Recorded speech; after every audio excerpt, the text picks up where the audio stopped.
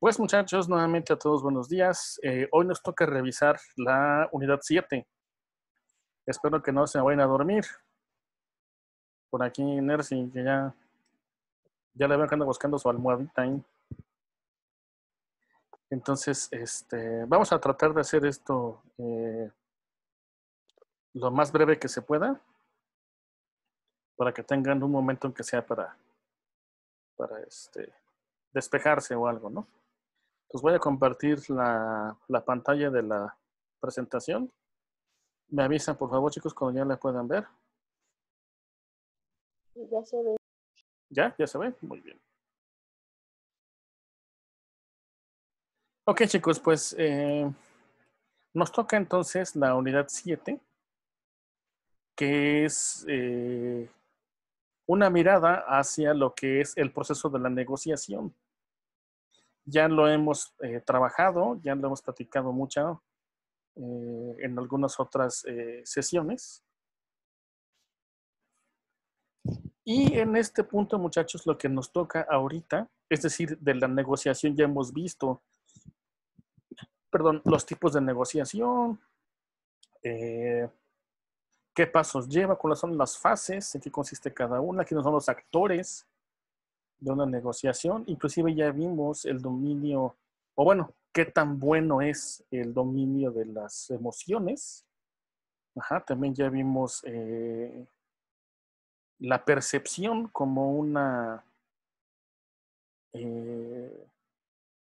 como una virtud o una parte buena que nos ayuda a una negociación. Y ahora abordaremos cuáles son unas de las causas malas de una negociación o algunas de las cosas que nos pueden perjudicar una negociación.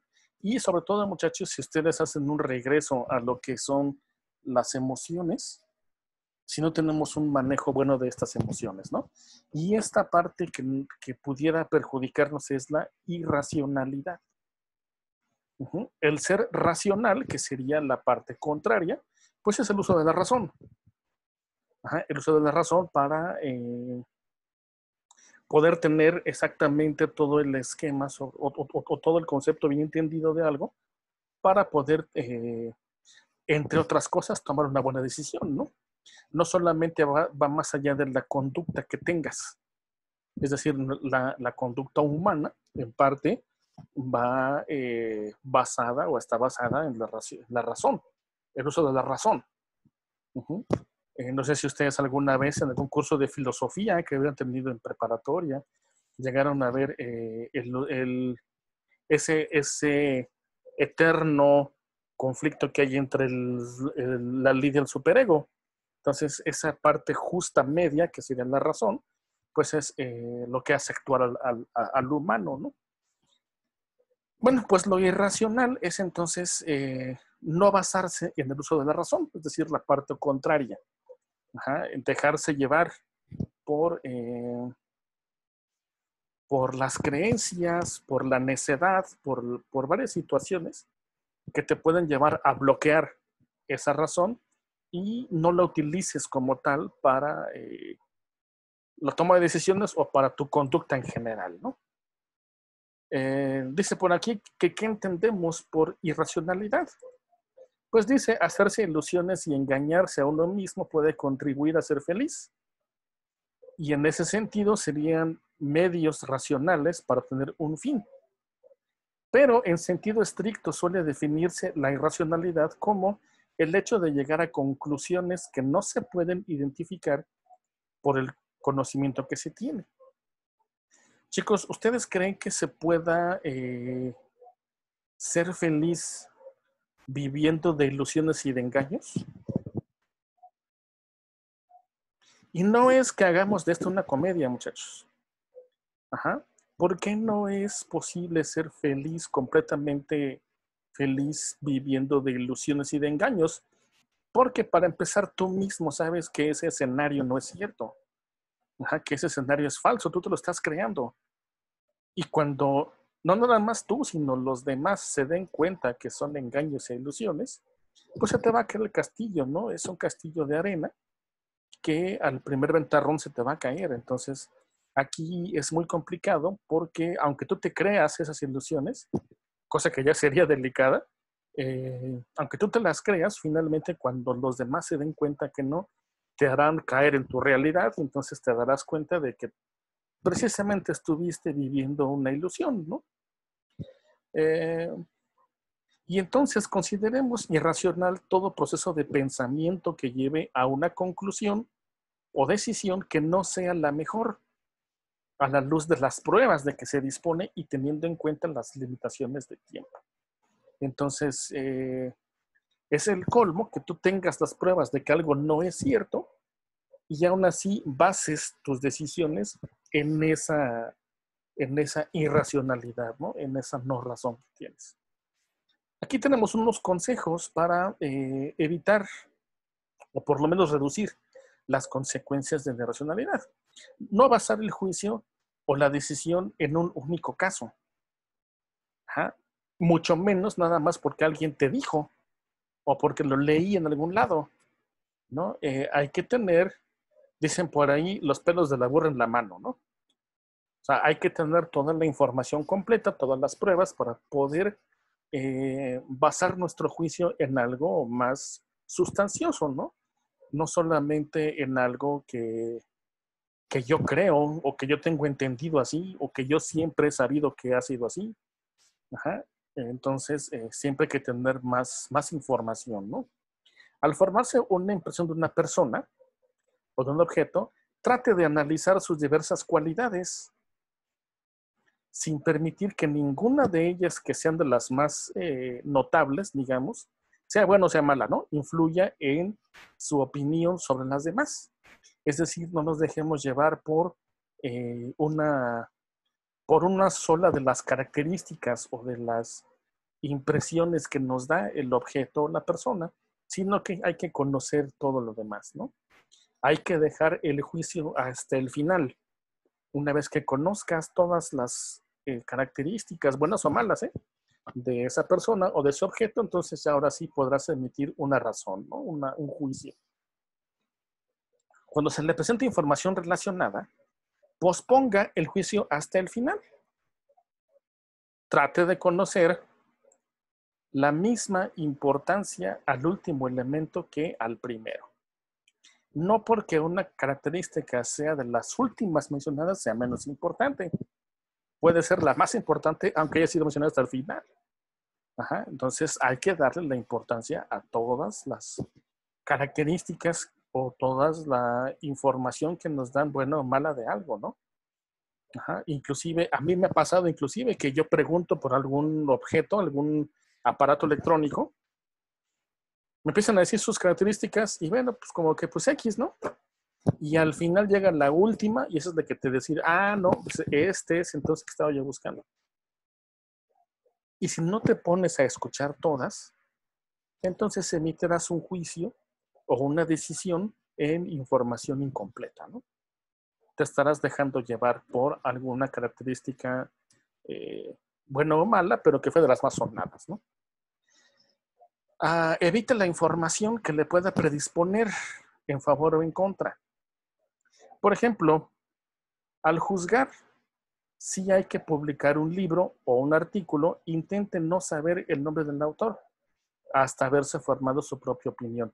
Aquí yo sí creo que es importante mencionar que en lo particular yo sí voy a juzgar un libro, pero necesito leerlo.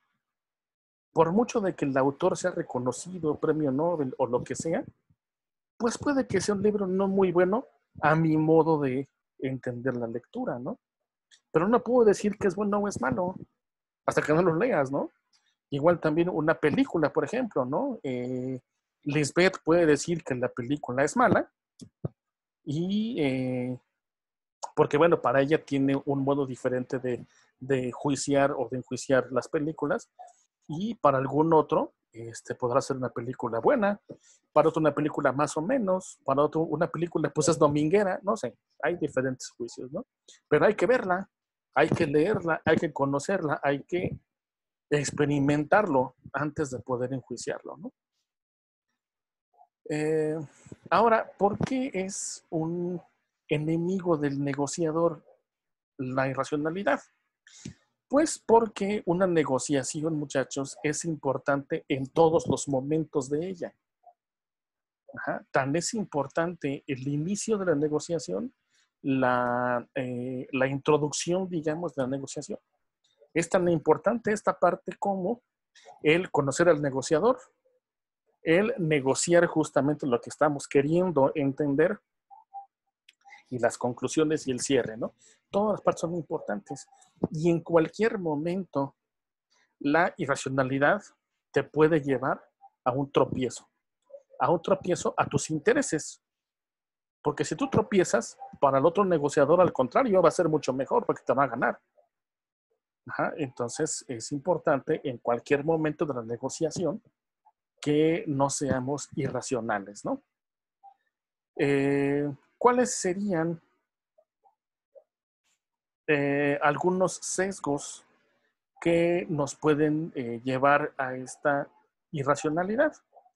El sesgo de confirmación, que consiste en la tendencia a buscar información que confirme nuestras preocupaciones, pues una de nuestras más básicas motivaciones consiste en confirmar nuestras creencias. Entonces, si ustedes desde el primer momento en que inician la negociación ya tienen predispuesta o ya tienen predispuesto el juicio, entonces solamente estarán buscando algún pretexto para decir, ah, no, ya ves, si era cierto lo que yo decía. Cualquier argumento puede ser válido si ya estás predispuesto a. Entonces nada más estarás esperando confirmar tu preocupación. Y eso te va a tener tan concentrado y tan centrado en buscar esas justificantes que no te concentrarás en lo importante que es justamente lo que estás negociando, ¿no? Entonces, es una parte importante, ¿no? No tener esta actitud de predisposición, ¿no? El sesgo de perseverancia en la creencia. Bueno, yo tengo ya una creencia sobre algo y a pesar de que me están dando las pruebas de que no es cierto, yo insisto en lo mismo. Ajá, para mí sigue siendo un problema esto que estoy pensando yo. Y a pesar de que me lo están comprobando ya con hechos de que no es cierto eso, bueno, yo insisto en lo mismo. ¿Sale? Esa es la perseverancia en las creencias que tienes, ¿no?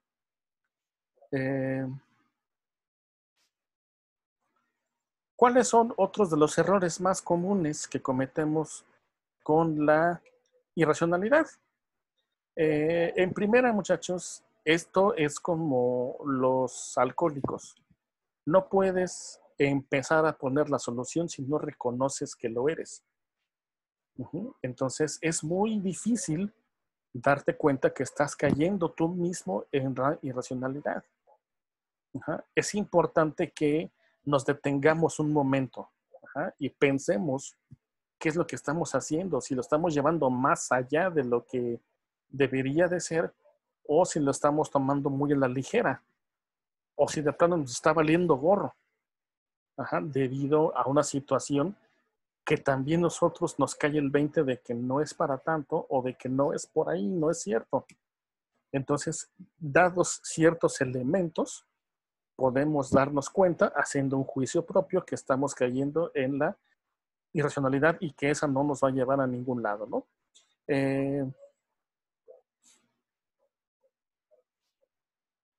Algunos errores, muchachos, que se pueden cometer es el primero, la escalada irracional del compromiso, que se define como la continuación de una línea de acción elegida previamente, a pesar de que racionalmente sea poco recomendable.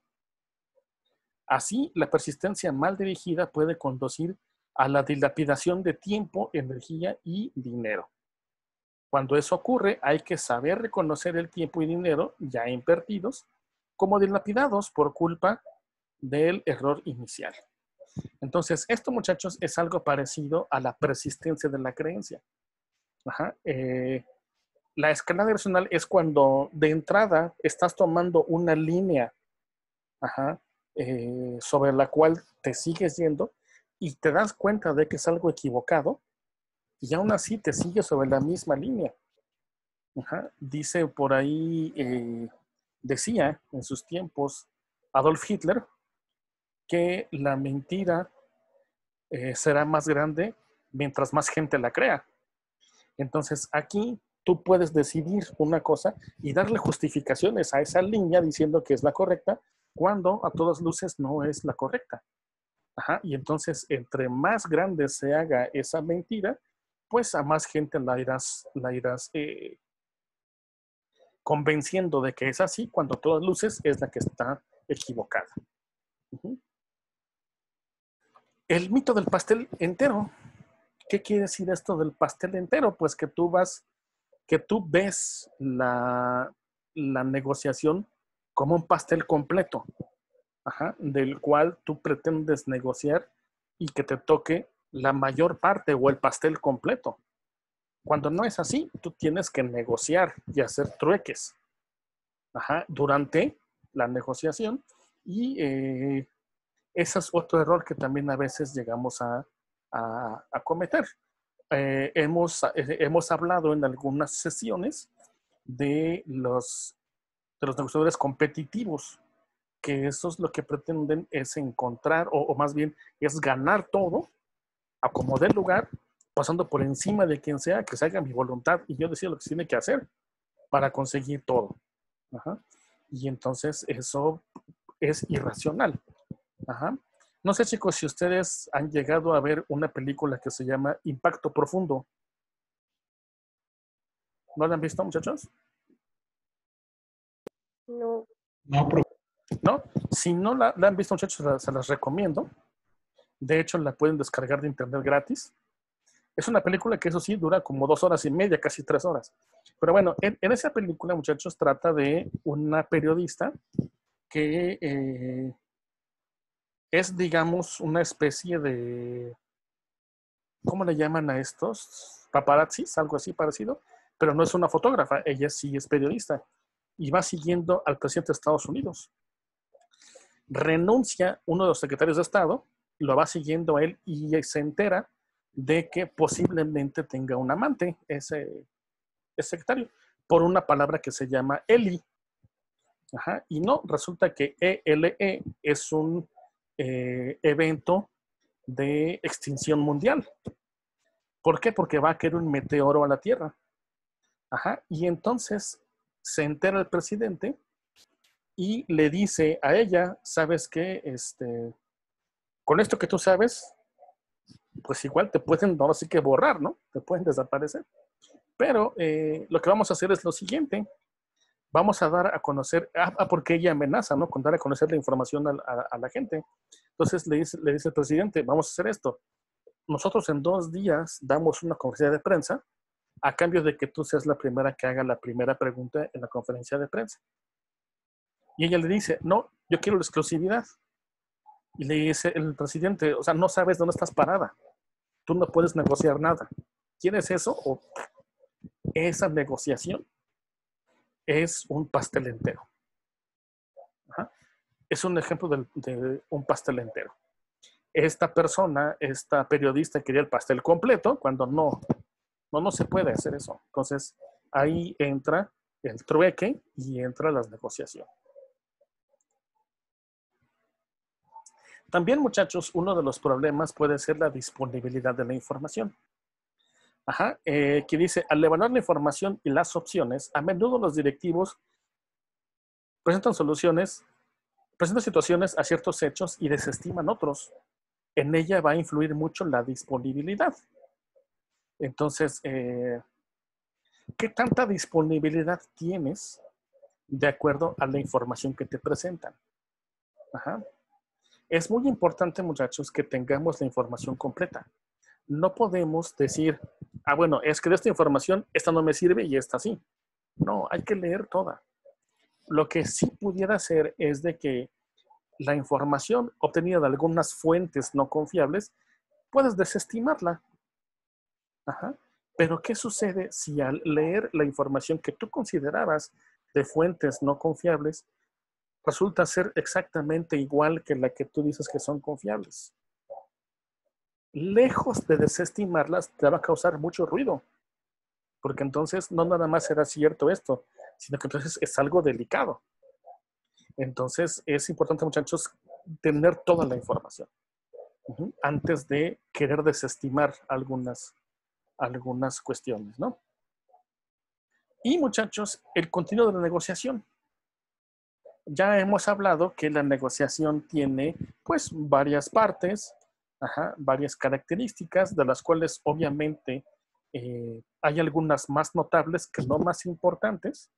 Recuerden que en la negociación todas las partes son importantes. Entonces, la negociación es un instrumento inherente a la vida de las personas y a todas las épocas.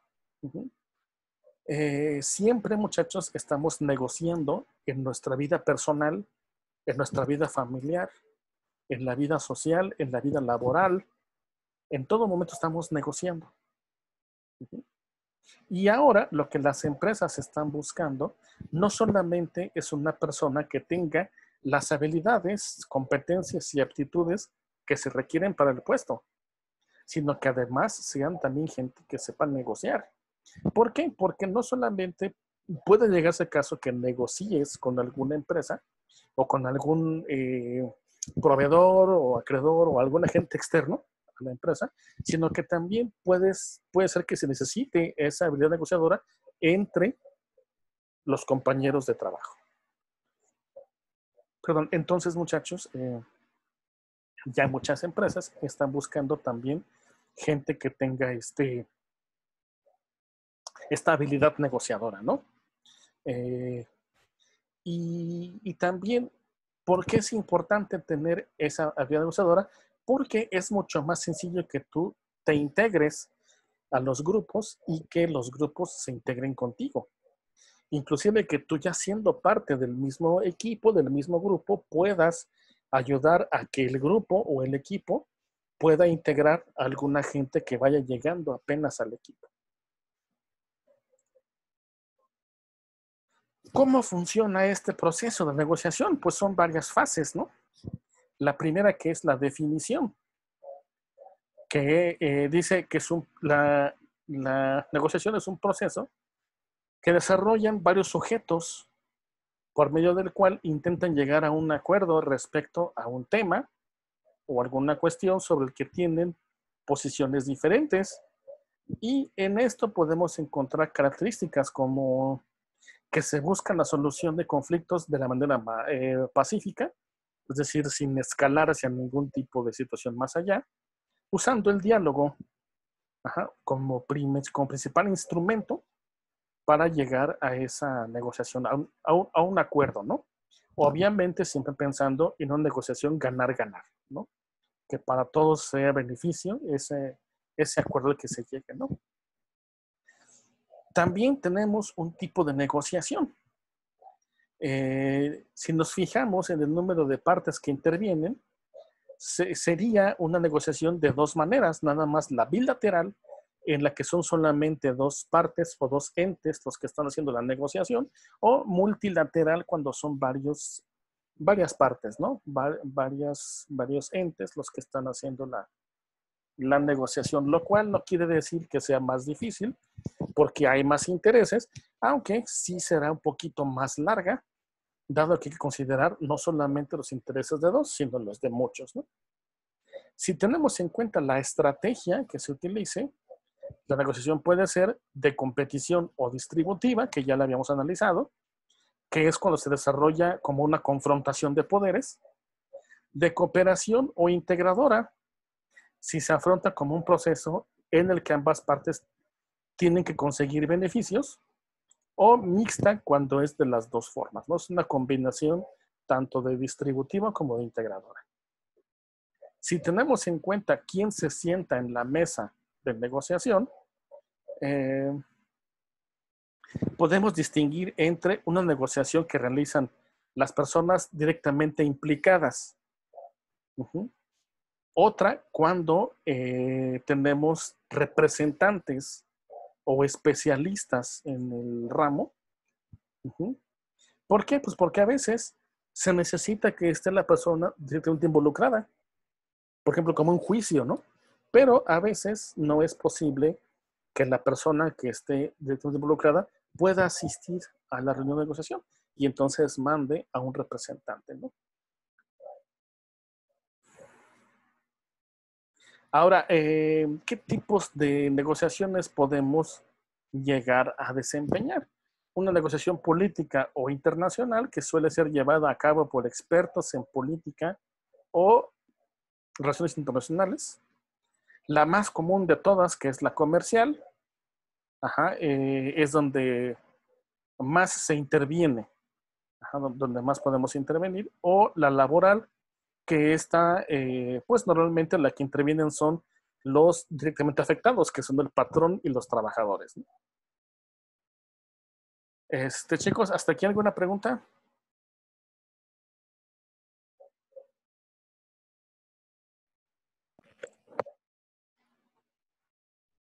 Mercy, ya la desperté, ya ven. Ya me despertó, pues. No, no se crea. Sí, está ¿Alguna bien. pregunta, muchachos? Profe, ¿No? ¿Ninguna? Ok, chicos, nos vamos a continuar.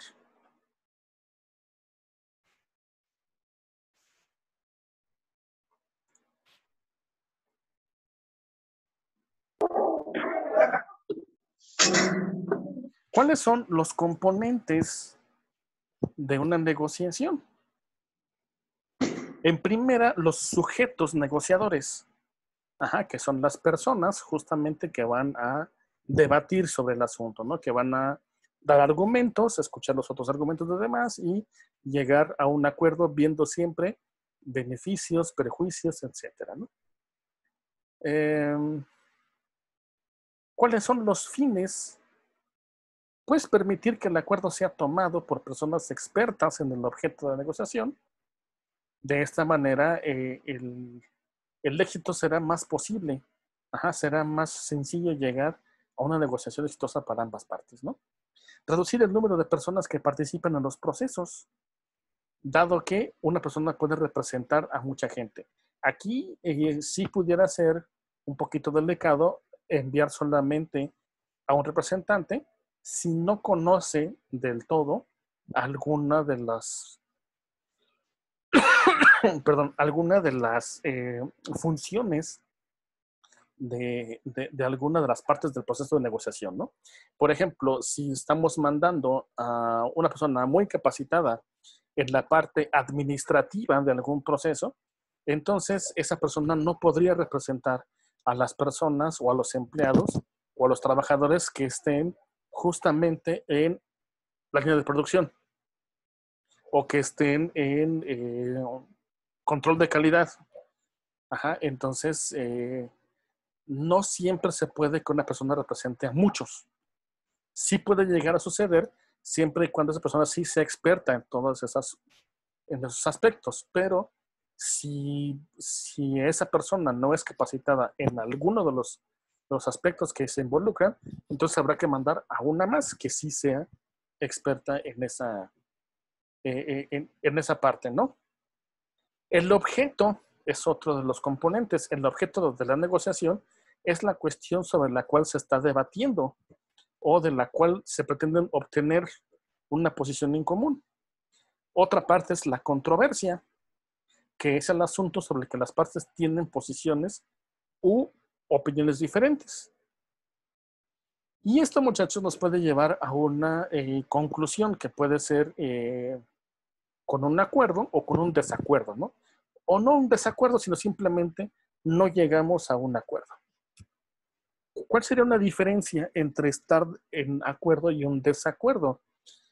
Estar en un desacuerdo quiere decir no solamente no comparto tu opinión, sino que además yo pienso lo contrario.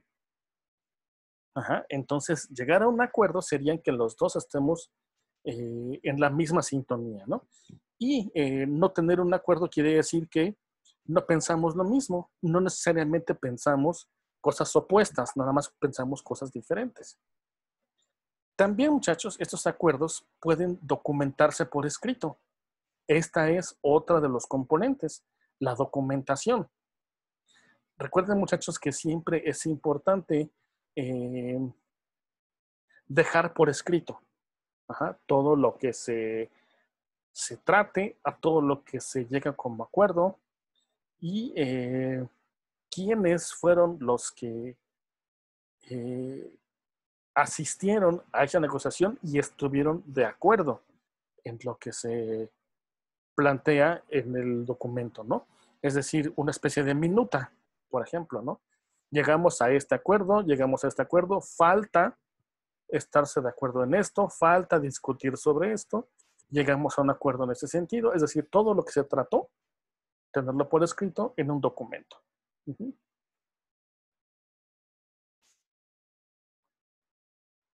¿Cuáles son los principales factores que influyen en la negociación? Pues tenemos básicamente, chicos, de dos tipos. Los factores personales o factores internos y los externos. Dentro de los internos podemos citar la formación, la capacidad de dialogar y la intuición. La intuición, muchachos, yo siento que es algo muy importante. No todos tenemos o no todos tienen esa habilidad de la intuición. Es un sentido muy agudo que habría que aplicar, pero no todos tenemos esa facilidad, ¿no? Primero, ¿cuál es el factor de la formación? Las empresas, como ya decíamos, requieren actualmente personas que sean profesionales, especialistas o expertas en el campo en el que se desempeñan, pero también que posean habilidades sociales.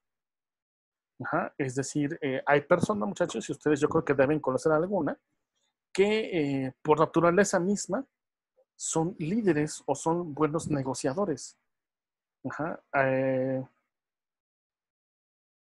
Que pueden inclusive a la persona más reacia a hacer algo, poder convencerla de que es algo bueno, de que es algo necesario y que se tiene que hacer. Entonces, esas personas son buenos negociadores. Y entonces las empresas están buscando gente que además de que sea experta en su área, también tenga esta habilidad negociadora, ¿no? El diálogo, pues el dialogar se supone que nos llevará a buen puerto. En una negociación siempre es bueno ser para ser buen negociador se tiene que dialogar. Dialogar, y esto implica, es decir, lleva inherente a ese buen diálogo todo lo que hemos platicado, ¿no? Del manejo de emociones, de tener esa parte de empatía, de que no quieras llegar a arrebatar todo, pasando por encima de los demás, sino que de cierta forma encontrar lo más que se puede de beneficios, pero también concediendo algunas cosas para que las dos partes sean ganadoras, ¿no? Y la intuición, que es la capacidad que tiene un sujeto de anticipar ideas, sentimientos o acontecimientos que pueden ocurrir. Esto, chicos, es lo que les decía, no todos tienen o no todos tenemos esa habilidad de intuición y es una ventaja muy importante para un negociador, dado que puede, de alguna manera, anticiparse a lo que pueda venir. Tiene una habilidad tan aguda de conocer al otro negociador que ya conociéndolo así de entrada puede anticiparse, puede decir, esta persona, así como lo estoy conociendo, tiende a hacer esto, se va a ir por este lado y entonces se puede anticipar a esos movimientos y poder llevar a más de sus intereses la negociación, ¿no? Puede ser sustituida en algunas personas por una gran agilidad mental para desarrollar razonamientos lógico-mentales que ayudan a anticipar las posturas de los demás negociadores. Esto es justamente lo que te decíamos, ¿no? Que esa agudeza mental que tiene, o lo que tiene muy desarrollada esa agilidad mental, puede ayudarle a anticiparse, ¿no? Algunos movimientos que se pueden hacer. Y yo tengo entendido, pues, chicos, que esa agilidad mental se puede desarrollar. Es decir, si tú no la tienes, puedes desarrollarla. Con algunos ejercicios mentales, desconozco cuáles, pero yo tengo entendido que sí se puede hacer. Desarrollar esa agilidad mental y puedas de alguna manera anticiparte, ¿no? En este campo de la negociación.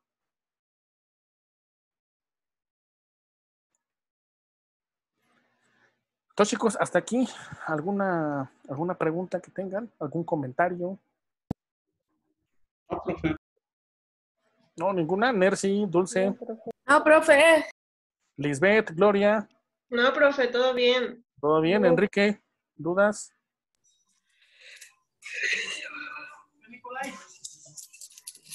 Enrique me dejó en visto. Ya despiértese, Lisbeth Fernández. Bueno, ¿qué pasa? Mamá. Ya está durmiendo Lisbeth Fernández. Aquí estoy. Ok, chicos, vamos a darnos un descanso. Vamos a tomarnos un break y continuamos, ¿no? Para que pues vayan a tomar agua, sanitaria, no sé, lo que tengan que hacer. ¿Sale? Nercy, no se vaya a dormir y si no ponga su alarma, pues se despiertan las 12, ¿sale? No, profe, no pasa nada ya. Ok, entonces nos vemos, chicos, en 15 minutos, ¿sale? ¿Les parece? Vale, pues, entonces, no me despido. No salgan de la sesión, no apaguen cámaras y micrófonos y nos vemos en 15 minutos, ¿sale? Sí.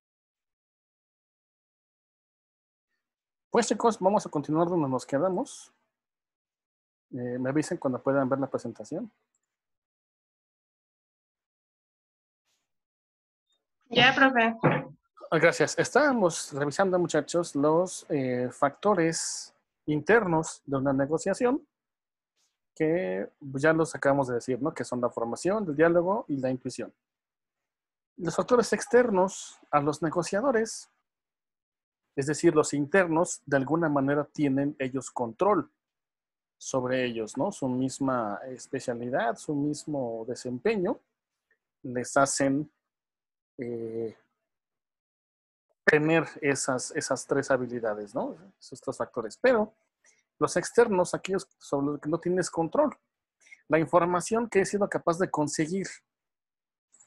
Decíamos hace rato que una de las partes que tiene más éxito es el que tengas la información completa antes de tomar una decisión, ¿no? El grado de dominio que pueda imponer una parte sobre la otra u otras.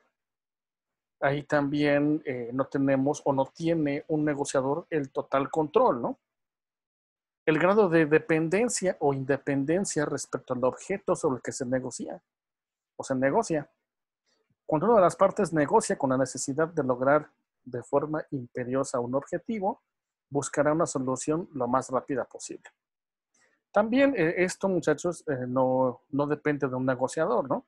Que tanto dependa o no dependa de lo que se esté negociando. Esto también yo creo que dependerá de qué tanto estés tú dispuesto a conceder o a no conceder. El entorno en el que se realiza la negociación, incluyendo las condiciones sociales, políticas, económicas o legislativas que pueden influir en muchos procesos. Este entorno normalmente en las negociaciones importantes se decide bajo qué condiciones se negociará. No condiciones en cuanto a lo que se está negociando, sino condiciones, como dice ahí, el entorno, ¿no? En el que se negociará. Un lugar neutral que tenga estas condiciones, que tenga esto. Entonces, una vez acordado eso, ahora sí se procede entonces a negociar, ¿no? Los expertos en negociación suelen referirse al tiempo que se dispone para lograr un acuerdo. Disponer de mucho tiempo puede alargar la negociación de manera indefinida hasta cansar a las partes. A veces, muchachos, esto se utiliza como una estrategia. Alargarlo hasta que uno de los dos se canse o alguna de las muchas partes se canse y termine por o romper la negociación o conceder lo que se está pidiendo, ¿no?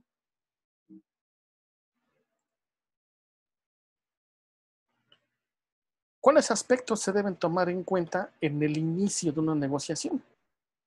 La forma y el fondo. ¿Alguien, chicos, me pudiera explicar qué entiende por forma y fondo? ¿Cuál es la forma y cuál es el fondo de algo?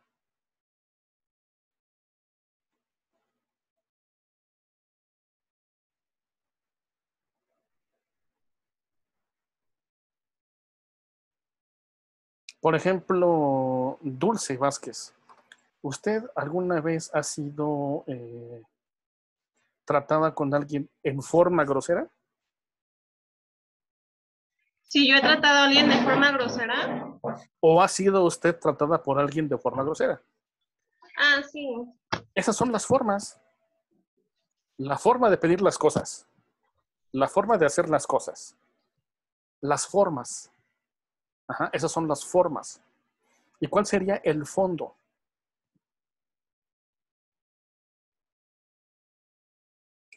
¿De la forma de ser tratada? No.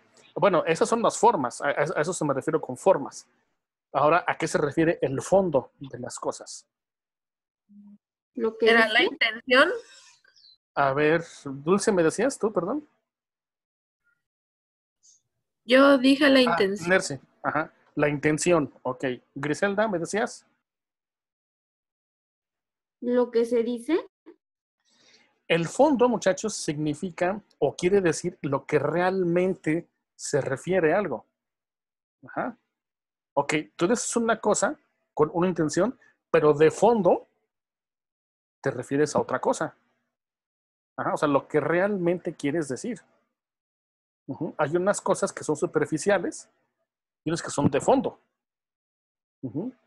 Por ejemplo, cuando dicen leer entre líneas, ¿alguien ha escuchado ese dicho, leer entre líneas? ¿No? ¿Qué significa, chicos, leer entre líneas? Cuando tú lees un texto, un párrafo, cuando realmente lo que quiere decir ese párrafo. Ujú. No lo que interpretes de entrada, lo que realmente quiere decir ese párrafo. Eso es leer entre líneas, encontrar el significado de un texto, de lo que realmente quiere decir y no lo que se entiende per se. ¿Sí, chicos? Como lo que entendemos, ¿no? Pues sí, pero, o sea, vamos, esa es tu percepción del texto, lo que entendiste, lo que quiere decir de fondo el texto. Ujú. Por ejemplo, muchachos, yo cuando hice una tesis de maestría fue sobre educación y entre los datos que yo encontré había por ahí un dato que decía del 100% de alumnos que empiezan la secundaria, solamente la terminan el 16%, creo, el 17%, algo así. El número está ahí. ¿Y tú cómo lo interpretas? Bueno, pues muchos se salen, etcétera, ¿no? ¿Qué quiere decir de fondo ese número? Que el sistema educativo mexicano está muy mal. Ajá. Razones habrá muchas, pero de fondo, ¿qué es ese número? Yéndose más así, más a fondo, es que el sistema educativo está tronado, está colapsado. Ajá. Entonces, el fondo es lo que quieres decir realmente de algo. Uh-huh.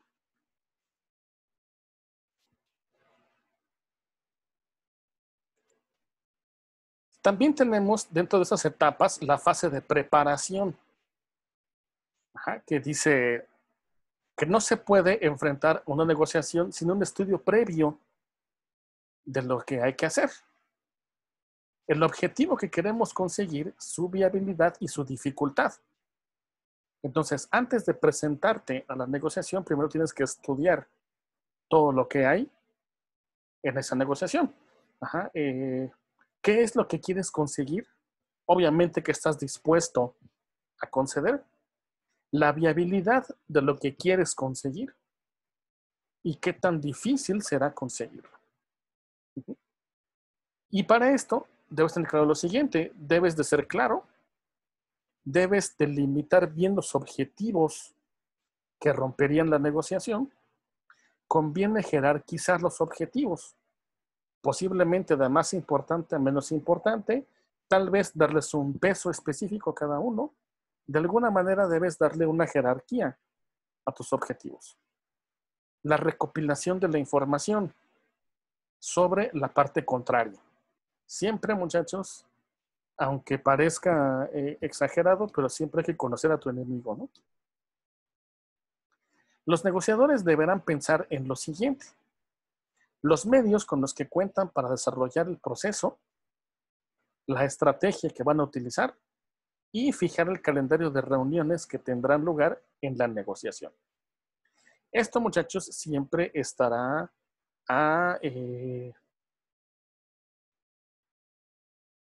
o siempre debe ser, digamos, flexible a poder modificarse. Ajá. Los medios consecuentes, obviamente, puede ser un poquito más enérgico, un poquito más suave. La estrategia puede ir variando dependiendo cómo se dé la negociación. Ya en el durante podrás ir cambiando la estrategia, siendo un poquito más a fondo la estrategia. Tal vez estás yendo muy allá y hay que un poco desacelerarse. Ajá. Y obviamente los calendarios pues también pueden ser cambiados, ¿no? Deben de ser flexibles. Tal vez no por ti, sino por la otra parte. ¿Qué pasaría, por ejemplo, si nosotros en una negociación le cambiamos la fecha a la decisión y la ponemos días después? Y la persona, la otra parte, nos dice que no, que es imperativo que sea ese día. Detectas en esa actitud ambición, detectas no estoy seguro si se vaya a poder o no, entonces mejor ya. Y entonces tú puedes jugar esas cartas a tu favor. Ajá, eso es una parte de lo intuitivo, ¿no? Que puedes llegar a hacer. Después pasamos a una fase de discusión, que ya es conocerse las dos partes, ¿no? Es frecuente que en esta etapa no se muestre toda la información que se posee. Puede ser útil jugar una buena carta un poco más adelante. Es decir, no hay que sacar todo tu juego, como dicen por ahí en el póker, ¿no? No puedes dar a conocer todas tus cartas de entrada, ¿no? Hay que saber jugarlas, primero hay que darse a conocer nada más. Hay que conocer al otro, pero tampoco te puedes llegar a exponer totalmente, ¿no? En esta fase las partes intercambian opiniones e ideas sobre sus demandas. Una vez que cada parte ha expuesto sus posturas, tratarán de acercar sus respectivos objetivos. Entonces, una vez que ya de conocer el juego y tú el tuyo, ahora sí, vamos entonces a discutir hasta dónde podemos llegar, hasta dónde puedo yo ceder, de manera que las dos partes tengamos algo que ganar, ¿no? Después viene una fase de acercamiento de posturas e intercambio. En esta etapa, el proceso negociador, las partes deberán empezar a acercar posturas, puesto que ya saben cuáles son los objetivos que pretende conseguir cada negociador, con vistas a lograr un acuerdo que satisfaga a todos. Justamente lo que te decíamos. Una vez que ya conocemos los objetivos de los dos, las cartas que puedes jugar, entonces ahora sí, vamos a fijar las posturas. ¿Cuál es tu punto de vista? ¿Cuál es mi punto de vista? ¿Hasta dónde puedes tú ceder? ¿Hasta dónde puedo yo ceder? ¿Qué tanto estoy dispuesto yo a quitarte? ¿Qué tanto me puedes tú quitar? Todo ese tipo de cosas. Para llegar ya con esto a una fase de cierre. Ajá. Y a veces, muchachos, no conviene, dependiendo el negociador, pero a veces no conviene postergar el cierre. ¿Por qué? Porque entonces puede ser que esto provoque una sensación de desacuerdo, de desaprobación. Ajá, puede ser de que, mira, ya estás dudando, tal vez no estés seguro de hacerlo, al rato me vas a quedar mal, al rato me dices que ya no se va a poder. Entonces, eso da una cuota, digamos, como de duda o de inseguridad que te puede jugar al contrario. Puedes tirar, dicen por ahí, poner un 4, tirar un petardo y a ver quién cae. Ajá. Puedes lanzarlo como un a ver qué pasa y depende de la reacción que tenga el otro, jugar tú entonces a tu favor. Pero a veces puede ser lo contrario, ¿no? A veces te puede perjudicar porque das el aspecto de que no estás seguro, ¿no? De que no estás del todo confiado en que se vaya a poder. Ahora, chicos, dentro de lo que es el negociador, ¿cuáles son las actitudes que debe manejar un buen negociador? Respecto al tiempo, obviamente siempre hay que ser puntual. El ser impuntual, muchachos, da un mal aspecto de quien sea. Ajá. Una persona impuntual te da a entender a los demás que no eres serio, que no eres, que no tomas las cosas con seriedad, obviamente, que no te importa que te estén esperando, que no importa lo que haya que hacer una vez que llegue allá. Todo pasa a término segundo. Ajá, entonces, el ser puntual habla muy bien de ti. Aprovechar al máximo el tiempo de las reuniones, no discutiendo por cosas que no son esenciales. Tampoco es cosa de que en cuanto llegues, luego al grano.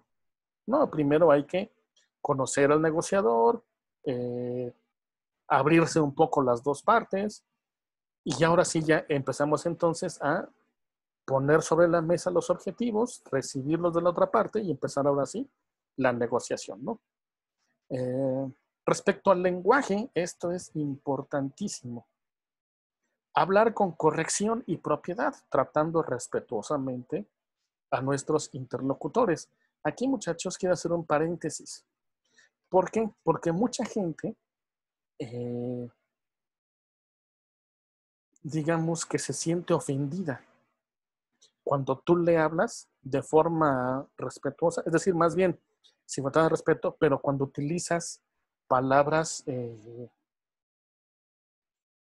digamos, de cierta manera coloquiales. Ajá. Fuiste, impusiste, buscaste, un chorro, harto. Ajá. Ese tipo de lenguaje, de cierta manera que se maneja en el caló de la sociedad, mucha gente la puede tomar de forma irrespetuosa. Tal vez no se necesite que te adornes con palabras, pero pues tampoco cayendo en ese lenguaje, ¿no? Informal, digamos. Tal vez ya dentro de un poquito, teniendo la confianza con la parte negociadora, sí puedas llegar de cierta manera a ser un poco flexible y de repente una que otra, para darte a entender, utilices ese lenguaje, pero no como una manera de comunicarte ya. Ajá, no como un yo soy así y así me expreso. Y si quieres, y si no, ni modo, ¿no? Tampoco, ¿no? O sea, sí hay que buscar una parte media, ¿no? De preferencia no usar lenguaje tan coloquial, digamos, vamos a ponerlos en esos términos, ¿no? Si una de las partes no habla nuestra lengua, usar un traductor, cuidar el lenguaje no verbal, pues los gestos son tan importantes como las palabras para hacer que la gente se sienta a gusto. Los ademanes, muchachos, también cuentan, ¿no? Es un lenguaje que no es verbal, pero sí te da a entender muchas cosas. Ajá. Entonces, los mexicanos somos muy dados a de repente expresar con ademanes. Ajá. La clásica, ¿cómo le llaman? Arremangado de la manga, o ¿cómo llaman eso de levantar el brazo así? ¿Cómo le dicen? Arremangar la manga o levantar la manga o hacer esto pues así. Ajá, entonces ese tipo de ademanes pues sí son muy claros, ¿no? Y se entienden, entonces hay que tener mucho cuidado con los ademanes también, ¿no? Exponer claramente nuestras posiciones. Ajá, si la otra persona, supongamos que es una persona de Estados Unidos que apenas ya habla español y tú no hablas muy bien el inglés, pues entonces no pretendas hablarlo en inglés, pero tampoco utilices muchas palabras, digamos, tan elegantes que no te entienda nada el otro, ¿no? Igual él también se entenderá de alguna manera que no puede hablar en inglés tan rápido porque te vas a quedar de 6, pero su español entonces debería de ser, o su inglés muy básico para que tú entiendas también, ¿no? Entonces hay que ser claros, ¿no? Nada más en lo que estamos diciendo. Otras actitudes a tener en cuenta serían ser flexibles si queremos llegar a un acuerdo. No nada más todo va a ser ganar, ganar, ganar, ganar. También hay que ceder algo, ¿no? Y eso es también en la vida cotidiana, muchachos, ¿eh? Tampoco las señoras tienen que hacer todo el que hacer. Ajá. también hay que ayudar en algo. Ajá. Y las mujeres tampoco pueden decir no haces nada, cuando también ellos colaboran en algo, ¿no? O sea, siempre hay que ceder y hay que dar, ¿no? Intentar no transmitir nervios y ser pacientes. El manejo de las emociones. Eso es importantísimo. Escuchar opiniones de las personas con las que negociamos. Saber escuchar. Es decir, no te puedes poner en una actitud de que nada más oyes, y te entra por aquí y te sale por acá. O sea, hay que saber escuchar. De eso va a depender la negociación, de hecho, ¿eh? La personalidad influye en los procesos. Los tipos más característicos de personalidades. El autoritario, que ustedes ya deben conocer de ello, que es un autoritario, es un se hace lo que yo digo y como yo digo, y si quieres y si no, vámonos, ¿no? El desconfiado negocia como si le tendieran trampas. Es el típico, no, dicen por ahí, que no da un paso sin guarache, pues. El confiado, que puede darse una postura completamente contraria a la anterior. El confiado, que a todo puede decir que sí. El conciliador, que utilizará el intercambio de opiniones y el diálogo como base del proceso, afronta la negociación como un todos ganan. Tratará de conseguir sus objetivos, pero entendiendo que esto le llevará a ceder en ocasiones. Pero con esto creará un clima de concordia y confianza. Entonces, muchachos, pues es ni muy, muy, ni tan, tan. Ajá. Vamos a negociarlo, una buena actitud, ajá, conciliadora con las partes. Yo estoy dispuesto a ceder y estoy dispuesto también a recibir.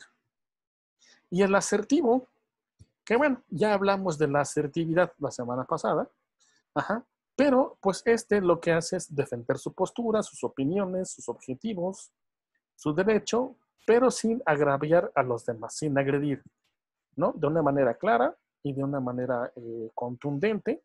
Esto es mi postura, mis opiniones y lo que estoy dispuesto a dar y recibir según los objetivos, ¿no? Utilizando estrategias para esta negociación. La estrategia, como la postura que asume una parte en el proceso negociador para lograr el buen resultado. Si las partes entienden que una negociación es un proceso al que se enfrentan a adversarios, la actitud que tendrán en el proceso será netamente defensiva. Un proceso con los siguientes caracteres. Los sujetos viven del proceso como una lucha. En la lucha, cada parte se intentará lograr el máximo éxito para sí misma sin preocuparse por el resultado. Se utilizará una comunicación agresiva y medios poco tolerantes, especialmente cuando una de las partes tenga mucho poder. Entonces, esta estrategia de como base el éxito, pues ¿qué significa? Que tú de entrada ya estás tomando una postura defensiva. ¿Y qué es lo que va a hacer? Que en la escalada tendrás una actitud no negociadora, mucho menos conciliadora y asertiva. ¿Qué vas a hacer? A tratar de ganar, sin importar lo demás. ¿Vale? La consecuencia lógica de lo anteriormente expuesto es que una parte sentirá un triunfo. Esta actitud se conoce como estrategia distributiva o de competición, que fue lo que vimos, me parece que hace como unas 3 clases más o menos. Esta actitud se conoce, esta actitud se conoce como estrategia distributiva o de competición, la que te decíamos, ¿no? Si por el contrario las partes entienden que la negociación es un proceso que debe beneficiar a todos, entonces la actitud será cooperativa. ¿Se acuerdan que hace como 3 clases decíamos esto justamente? El negociador competitivo y el cooperativo. El competitivo que te arrebata todo sin darte nada y el cooperativo que sí está dispuesto al diálogo, ¿no? Entonces, en esta actitud, los sujetos que intervienen viven el proceso como una situación en la que todos tienen que colaborar. Cada parte será consciente de que tiene que ceder algo para poder ganar algo. Se utilizará una comunicación asertiva y tolerante. Y la consecuencia lógica de todo lo expuesto es que ninguno de los sujetos que intervienen en el proceso serán derrotados. No lo vas a ver como un yo perdí, sino como un tuve que ceder para ganar esto. Un trueque. La actitud se conoce como estrategia integradora o de cooperación. Junto a las dos actitudes extremas se encuentra una tercera que integra una parte de cada postura. Se llama actitud o estrategia mixta. La elección de la estrategia a utilizar puede depender de muchos factores. La psicología de las personas que participen, el poder que tenga cada parte y la etapa en la que se encuentre el propio proceso negociador.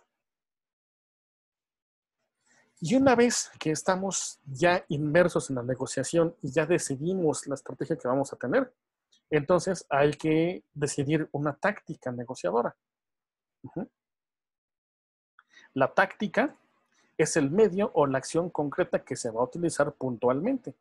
Una vez que nos disponemos a negociar, puede ayudarnos a potenciar el efecto de nuestra estrategia el uso de las siguientes tácticas. Primera, el número de participantes en una negociación es fundamental. Grupos muy numerosos pueden bloquearte tus objetivos, ¿no? Elegir el lugar adecuado, esto es importante, lo dijimos hace ratito. Fijar las fechas adecuadas en las que todos los sujetos implicados puedan participar. No hay que decir esta fecha y en esa todos deben de poder, ¿no? Hay que checar las agendas de cada uno y revisar qué día se puede, ¿no? Saber mantener posturas poco flexibles puede generar que la parte contraria una actitud defensiva. Cuando le quieres imponer algo a alguien, es decir, que no eres flexible, la otra persona se sentirá agredida, ¿no? Y se pone entonces a la defensiva. Y también ser el primero en hablar en el proceso puede ayudar a manifestar la actitud que se tiene y la postura ante el tema. Si tu postura es obviamente conciliadora o asertiva, ¿no? El logro de los acuerdos que satisfagan a las partes suele requerir varias sesiones de negociación. Al finalizar una sesión se deberá fijar el día y la fecha de la siguiente. Utilizar estrategias de comunicación asertiva que pueden ayudar. Conviene pensar bien las contraofertas.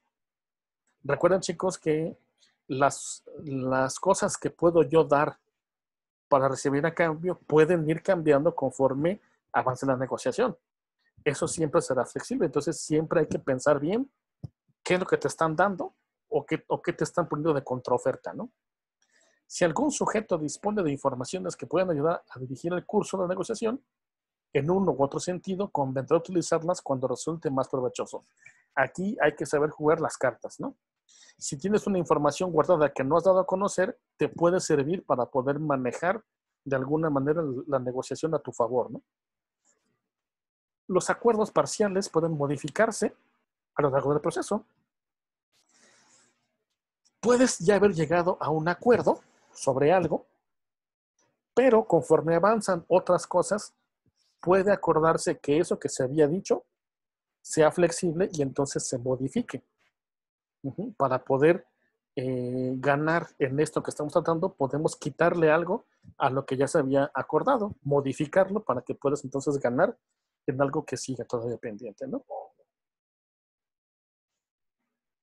Chicos, ¿alguna pregunta hasta aquí? ¿No? Entonces, como ya vimos, pues el ser negociador no es cosa sencilla, ¿no? Hay que tener en cuenta muchas cosas. Obviamente, mucho de esto se da en algún tipo de negociador, pero en el que no entramos todos, ¿no? No todos entramos en todos los tipos de negociación, dependiendo en cuál estemos, ¿no? Lo más común es de que siempre estemos negociando en cuanto a situaciones, por ejemplo, familiares o sociales, en el trabajo, en la escuela. Ya si estamos negociando intereses de alguna organización, pues entonces sí tendremos ya que requerir, ¿no? A estrategias y a tácticas que utilizar y saber manejarlos de alguna manera provechosa. Aunque siempre también sería bueno, cuando seamos apenas nuestras primeras veces que negociemos, buscar la orientación de alguien que ya tenga más experiencia en esto y nos pueda de alguna manera ir orientando, ¿no? En este proceso de negociación. Entonces, muchachos, no sé, ¿aquí tienen alguna pregunta, un comentario? No, profe. ¿No? ¿Alguien alguna vez ha estado en alguna negociación en la que salió exitoso, salió perdiendo?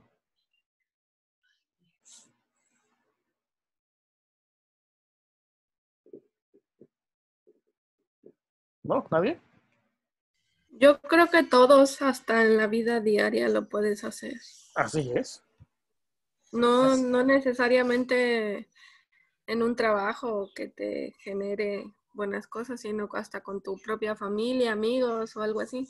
Así es, por ejemplo, yo cuando era niño, y todavía me acuerdo, cuando era niño, yo me acuerdo que en una ocasión quería salir a jugar a la calle, cuando todavía se podía jugar en la calle, quería salir a jugar en la calle con mis amigos, pero me dijeron, para que puedas salir, primero tienes que hacer tu tarea. Es una negociación. Y no puedo saber yo si yo salí perdiendo ahí. Tuve que dar a cambio una cosa para recibir otra. ¿Cuál de las dos fue más provechosa una que la otra? Pues no sé. Porque las dos fueron a mi favor, inclusive, ¿no? Hacer tarea yo aprendo y además ir a jugar, pues me divierto. Pero siempre cuando somos niños, el hacer tarea es casi un castigo. Entonces, pues a lo mejor ahí tuve que ceder eso para poder conseguir lo otro, ¿no? Entonces, esa fue una negociación. Aunque no se reconozca como tal una negociación, lo es, ¿no? Estás cediendo algo para poder obtener algo, ¿no? ¿Vale, chicos? Entonces, vamos a dejarlo hasta aquí por el día de hoy.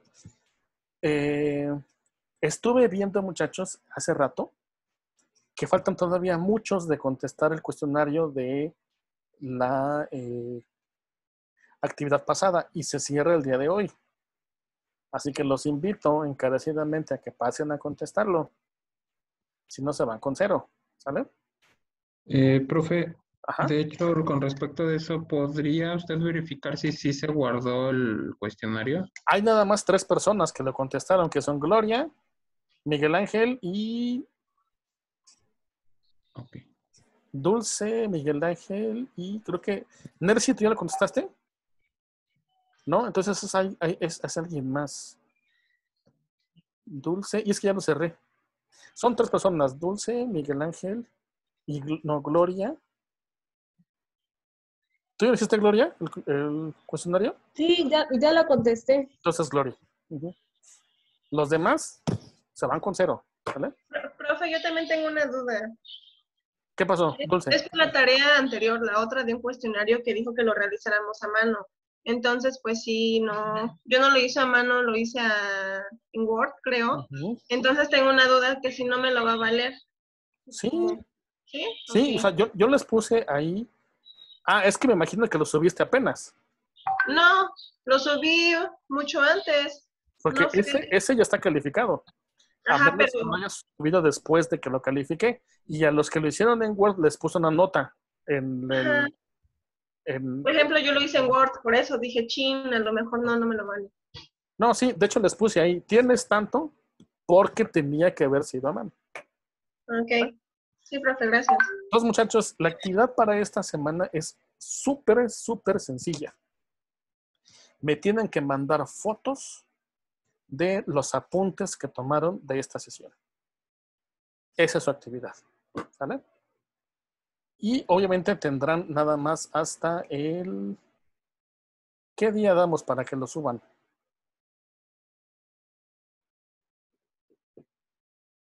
¿Desde hoy hasta qué día?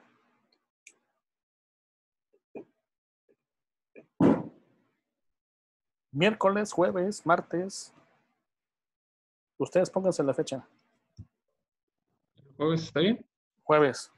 Entonces, a partir de ahorita voy a hacer de una vez la tarea, en el espacio, pues, en la plataforma para que suban sus fotos ahí. Y las espero entonces hasta el jueves. ¿Sale, vale? Vale, pues, ¿alguna pregunta, muchachos, de la actividad? No. ¿No? Ok, chicos. Entonces, me despido. Los veo el próximo sábado. Ya no hay exposiciones. Una pregunta a Lisbeth Fernández o a Griselda. ¿No saben cuándo es la última sesión? ¿El próximo sábado? ¿Antes de examen final? ¿No? Déjenme checar el calendario porque no estoy seguro. Creo que la siguiente es la última clase. Otro. ¿Mandé? Creo que todavía faltan 2 sábados. O sea, el próximo sábado es la última de clases. La siguiente ya será examen, ¿no? Ujú. Sí, ¿verdad? ¿Sí estoy bien?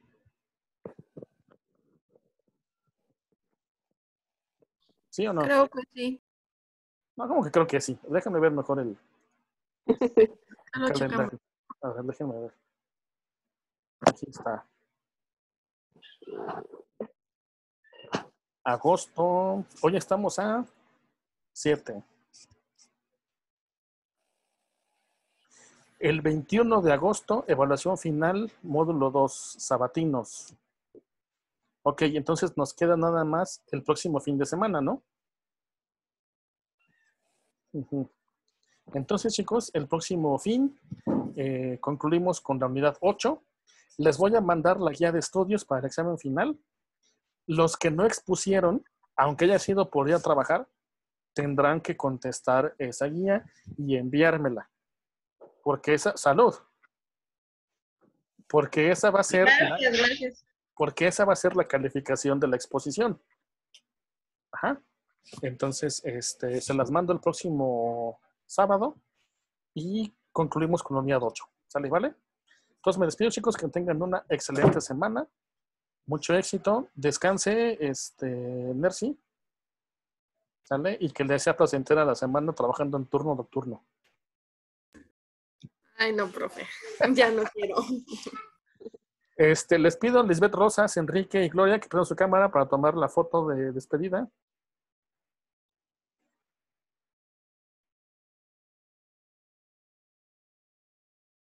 ¿Enrique no tiene cámara? No, ok. Entonces ahí va, chicos. Pongan su mejor sonrisa, colgate. 1, 2, 3. Nercy no tan animada, ¿eh? Entonces, chicos, me despido. Nos vemos el próximo sábado. Cuídense mucho. Bye, bye. Gracias. Igual, profe. Bye. Bye. Bye, bye.